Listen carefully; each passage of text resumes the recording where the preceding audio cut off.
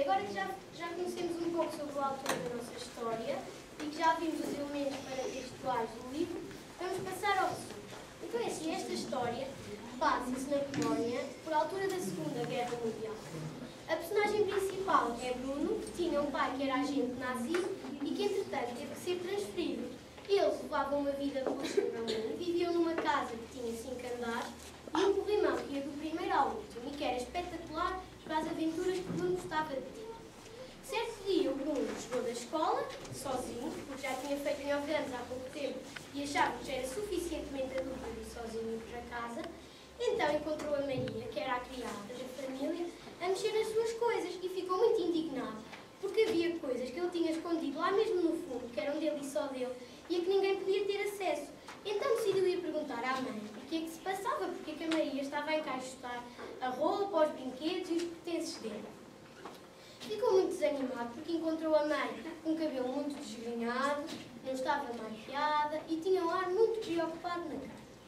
Então decidiu perguntar o que é que se passava e a mãe respondeu que nos próximos tempos teriam que se mudar, teriam que ir viver para um sítio muito distante, porque o pai tinha sido promovido no trabalho e como o Fúria tinha grandes planos para ele, a família toda tinha que se mudar. Bruno ficou muito hesitante segundo esta opção que a mãe propôs, mas já sabia que não havia volta a dar e que não valia mesmo nada a pena regatear. Prestem atenção,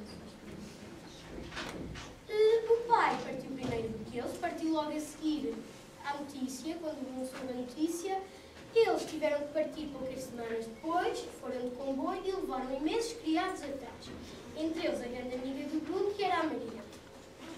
Chegados ao novo local de residência, o Bruno não gostou nada do que viu. A casa era uma casa demasiado pequena para alguém viver, só tinha 3 andares e era horrenda. E para além disso, havia uma particularidade muito interessante naquela casa. É que ao lado tinha uma quinta, segundo que chamava Bruno, que era na verdade um campo de concentração. E Bruno achou aquilo muito interessante porque as pessoas, vejam só, vestiam-se todas iguais, andavam sempre já mais riscas. A pior coisa na mudança de Bruno foi ter deixado os seus 3 melhores amigos para a vida toda, o Carlos, o Daniel e o Martin, e agora só podia brincar com a sua irmã, que era a Gretel, que segundo ele era um terrível caso perdido. Era a menina perfeita e ainda por cima era a menina do papá, por isso Bruno não gostava nada dela e não lhe agradava a ideia de só poder brincar com Gretel.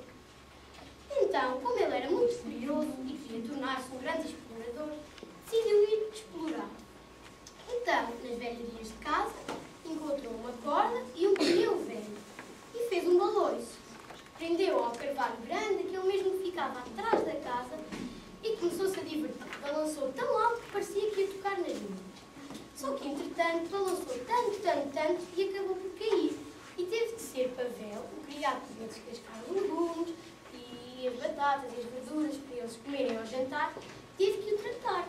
Mas tudo estava envolto num grande mistério, pois a mãe não queria que Pavel tivesse tratado o seu filho. Então, o Bruno ficou proibido de tornar a ir andar no baloiço e só podia estar nesses instantes dentro de casa.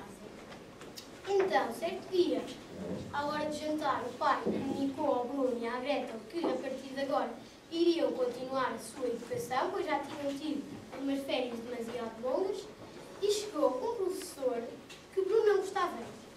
Porque o professor só gostava de História e Geografia, porque sem a História não seríamos quem hoje nem sabíamos, não seríamos quem somos nem sabíamos o que é. Então, o Bruno preferia as artes, a literatura, preferia ler livros de ação, exploradores que iam encontrar os maiores tesouros do mundo, mas com esse professor novo isso não era possível. Então o Bruno ficou muito desanimado por ter de voltar à escola. Certo dia, numa tarde de calor, decidiu continuar a explorar, porque para além daquela vedação não tinha visto ninguém que se aproximasse da sua casa. Então explorou, andou quilómetros e quilómetros. Não viu ninguém, mas não desistiu. Afinal, ele deveria de ser um explorador de renome. Então continuou. Primeiro viu um pouco, depois transformou-se numa mancha e a seguir numa pessoa. Essa pessoa era um rapaz muito magrinho que se chamava Samuel e vivia do outro lado da vida. Então o Bruno decidiu trocar algumas ideias com ele. Perguntou-lhe em que dia fazia anos e Curiosamente, até faziam anos no mesmo dia. Tinham nascido no dia 15 de abril de 1934. Então, a partir daí, travou-se uma amizade muito inesperada entre os dois, visto que era uma amizade que tinha uma vedação a separá-los um do outro. Mas isso não impediu Bruno de continuar a ver o seu amigo e a continuar a falar com ele. Então, todos os dias, decidiu que iria ver o seu amigo e conversar com ele. Percorria quilómetros e quilómetros e quilómetros e tinha as mais animadas conversas com Samuel. Mas, como também reparou que o seu amigo estava numa extrema magreza, decidiu levar-lhe sempre um bocado de pão, uma fatia de queijo e, quando conseguia, levava 2 ou 3 fatias do bolo de chocolate que devia de ser para o mês. Então, o Bruno passou a gostar mais da vida em Asheville, já tinha um amigo, já desgostava de ter sempre a Gretel a chateá-lo e começou a gostar de estar a viver ali, apesar de não gostar mesmo nada do ar dos tenentes que iam lá à casa falar com o pai. Continuou a ir ter todas as tardes com o seu amigo, continuou a ir às aulas, ainda só falavam de história e geografia, e a vida foi passando. E passado praticamente um ano, as discussões entre a mãe e o pai, que entretanto tinham começado quando eles se mudaram para Asheville, porque a mãe não gostava que o pai fosse um agente nazi e achava que aquele local não era apropriado para haver crianças a crescer, e o que elas estavam a ver não era apropriado para a idade. E então, depois de muito discutirem, a mãe e o pai decidiram que a mãe, o pai, a mãe, Bruno e a Gretel teriam de voltar para Berlim muito rapidamente. O Bruno, que outrora achava que quando dissessem que ia voltar para Berlim ia ser a pessoa mais feliz do mundo, ficou muito desiludido, porque afinal já tinha o melhor amigo para a vida inteira, que era Samuel.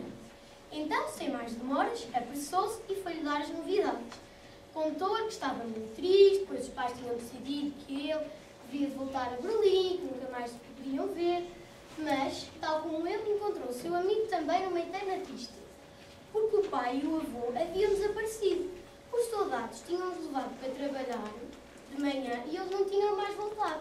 E o Samuel estava muito triste, porque a sua mãe e a sua irmã, que estavam do outro lado da vedação, nunca o podiam ver e agora ele estava sozinho entre milhares e milhares de pessoas de pijama triste.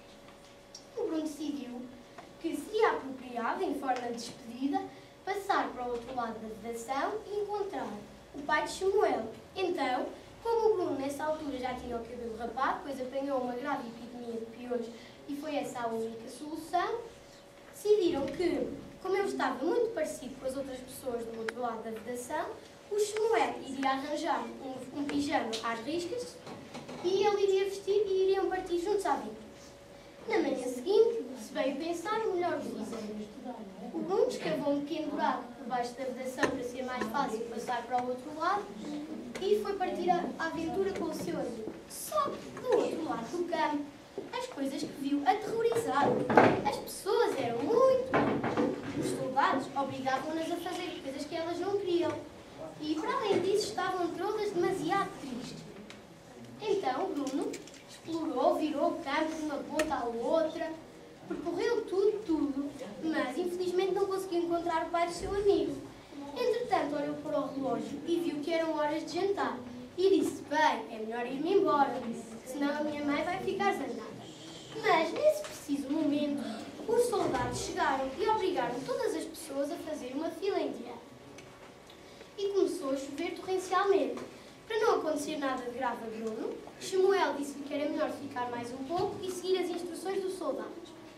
Entretanto, entraram numa sala que era muito quente e que Bruno pensava servir para aquecer aquelas pessoas todas que estavam daquele lado da vedação.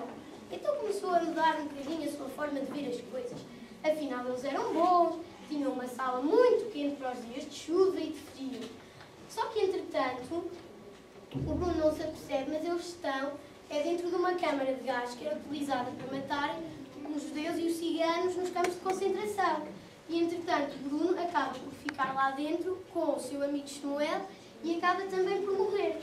No final da história, sabemos que a mãe e a Gretel voltaram para Berlim, pois a mãe começou a ficar com uma depressão enorme, tiveram que voltar para Berlim, pois ela pensava que o filho estaria lá a escorregar no maravilhoso corrimão. O pai continuou em Asheville por mais um ano e os soldados começaram